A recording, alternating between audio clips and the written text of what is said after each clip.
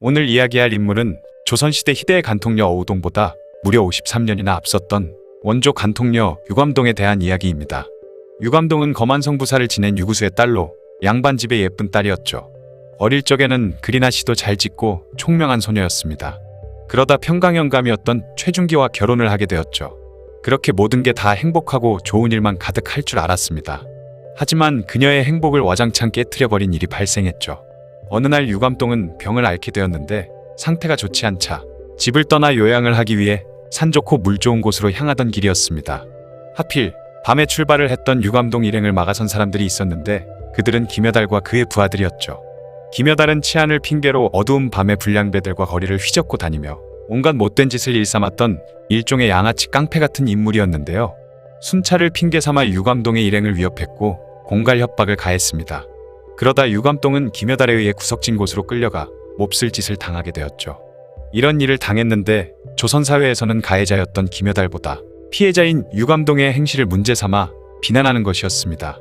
또한 그녀는 한순간에 정절을 잃은 사대부 여인이 되어버렸고 남편은 더 이상 그녀를 찾지 않았으며 친정에서도 그녀를 받아주지 않았죠. 이에 큰 충격을 받은 유감동은 스스로 목숨을 끊으려 했지만 그것조차 여의치 않았습니다. 그 뒤로 그녀는 점점 비뚤어지기 시작했는데요. 자신의 행복을 무너뜨리고 인생을 파국으로 치닫게 한 김여달을 불러 서로 애정행각을 하기 시작했습니다. 그리고 자신을 양반이라 부르지 않았고 스스로를 기생이라며 신분을 낮춰 불렀죠. 그러다 남편 최준기가 무안군수로 가게 되자 유감동은 남편과 함께 그곳으로 떠났는데요. 하지만 이미 마음이 돌아섰는지 최준기는 유감동에게 곁을 주지 않았고 이에 외로움을 견딜 수 없었던 유감동은 병을 핑계 삼아 홀로 다시 한양으로 돌아오게 되었습니다. 그 이후로 온갖 음란한 사생활이 시작되었죠. 수많은 남자들과의 스캔들에 대한 소문이 나자 남편 최준기는 그녀의 행실을 문제 삼게 되었고 결국 둘은 이혼하게 되었죠. 이혼 후 유감동은 아예 기생으로 활동을 시작했습니다.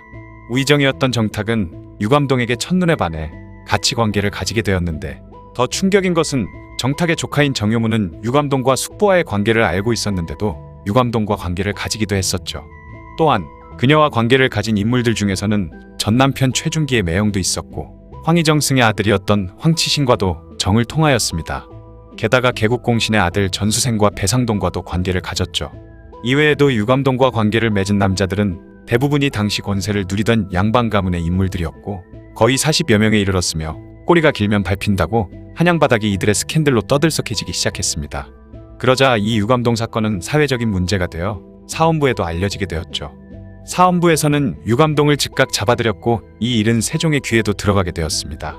이에 1427년 8월 17일 세종은 사헌부에서 음란한 여인인 유감동을 잡아 가뒀다고 하는데 도대체 그 여인과 정을 통한 남자가 몇이나 되는가? 라고 물었죠.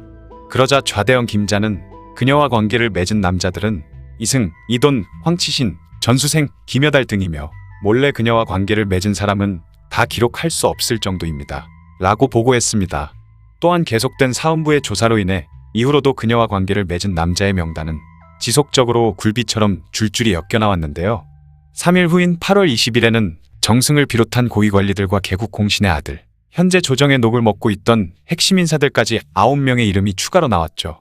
그 이후로도 계속해서 이름이 나왔는데 유감동과 관계를 맺었던 남자 중 그녀가 양반인 것을 알면서도 관계를 맺었던 경우에는 더 무거운 처벌을 받았고 유감동이 그냥 기생인 줄 알았던 남자들은 조금은 벌이 약해졌었습니다.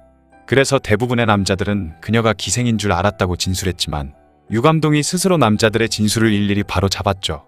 기생인 줄 알았다고 거짓말하는 남자는 유감동이 직접 그 남자가 거짓말을 하고 있다고 이야기해버렸던 것입니다. 조선 법률에 따르면 양반 부녀자와 간통한 남자는 극형으로 다스렸지만 유감동과 관계를 맺은 사람 중에는 정승이나 개국공신의 아들들까지 연루가 되어 있어 형량을 결정하기가 굉장히 곤란했었죠. 게다가 유감동과 관계를 맺은 남자가 조선 팔도 거의 모든 곳에 있을 정도로 계속해서 명단이 나오자 세종은 이미 간통한 남자의 명단이 나왔고 그 명단에는 재상도 끼어 있으니 이 사건은 대체적으로 다 밝혀진 것 같다. 더 이상 이 여자를 신문하지 말고 밝혀진 것만으로 죄를 결단하라 라고 명하며 이 이상 일이 커지는 것을 막았습니다. 혹시나 그녀의 입에서 조정의 고위관리의 이름이 더 나오게 되면 정부의 기능마저 흔들릴까봐 염려한 것이었죠. 실제로 실록에 기록된 사람만 40여 명이었을 뿐이지 유감동과 관계한 남자는 100명이 넘을 것으로 추정했다고 합니다. 하지만 이 사건에서 남자들의 처벌보다는 여자 유감동의 죄를 어떻게 처벌할까가 더 중요한 일로 다뤄지고 있었는데요. 그래서 그런지 이에 연루되었던 관리들 40여 명 중 단 20명만이 곤장이나 유배, 파면 등의 처벌을 받았죠. 심지어 20여 명은 아무런 처벌도 받지 않았습니다. 그리고 유감동은 남편을 배반한 죄와 거짓으로 기생이라 일컬으며 사욕을 방자하게 행사한 죄, 음란한 행위로 인륜을 문란케 한 죄를 물어 사원부에서는 극형에 처하자는 주장이었으나 세종은 남녀 사이의 정욕을 어찌 한낱 법령으로만 막을 수 있겠는가? 라고 하며 끝까지 극형에 처하는 것을 허락하지 않았고 그녀는 곤장을 맞고 변방의 관비로 보내지며 이 일은 일단락이 되었습니다. 그리고 아버지 유구수와 그의 일족들 역시 끌려와 곤장을 맞고 유구수는 파직당했죠. 그 이후에 유감동에 대한 행적은 알려지지 않고 있습니다. 그녀가 지은 시와 작품들은 불쾌한 여자의 작품이라 하여 모두 버려지거나 사라져서 현재에 전해지지 않고 있죠. 현재의 그녀에 대한 평가는 불륜, 간통을 저지른 범죄자라는 주장과 유교시대의 도덕, 윤리에 의한 피해자라는 시각이 양립하고 있는데 시간이 지나며 그녀는 피해자다라고 인식하는 견해가 더 많아지고 있다고 합니다. 주로 지체 높은 권세가들이나 양반들과 관계를 맺었고 양반인 줄 몰랐다고 뻥치는 남자들을 콕콕 집어서 사실을 알려주었던 걸 보면 그런 짓을 한 이유도 남자들에 대한 복수심 같기도 하네요. 평범하고 행복하게 살아가던 한 여인이 몹쓸 짓을 당하고 나서 가족과 남편에게 버려진 후 인생 자체가 망가져버린 충격적이고 슬픈 이야기였습니다. 영상을 봐주셔서 감사합니다. 더 재미있고 유익한 영상으로 다시 찾아뵙겠습니다. 구독과 좋아요 꾹 눌러주시고 댓글도 부탁드려요.